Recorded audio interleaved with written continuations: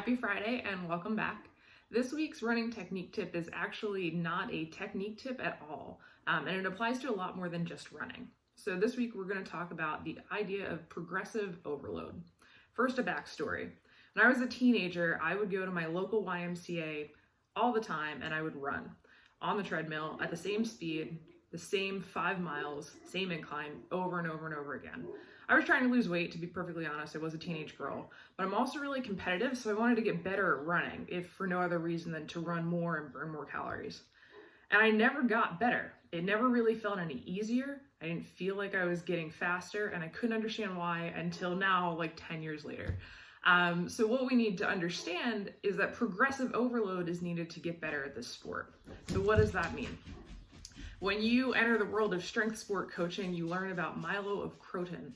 He was an ancient Greek wrestler who owned a calf, and every single day he would pick his calf up and he would put it over his head and then he would put it back down.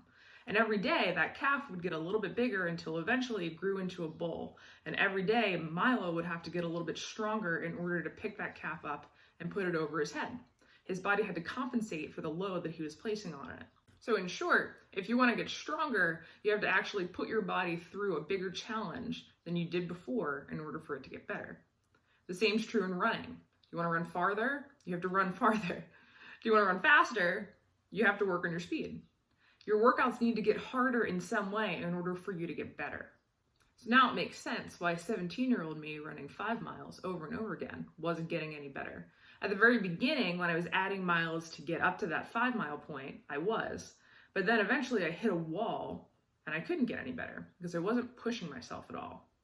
So when you're thinking about a running program, you need to find ways to incorporate harder workouts every single week in order to run faster or to run farther. And there's a ton of ways to do this. You can add mileage like I did, adding a half mile to a run every week, maybe 1 to 2 miles total every week.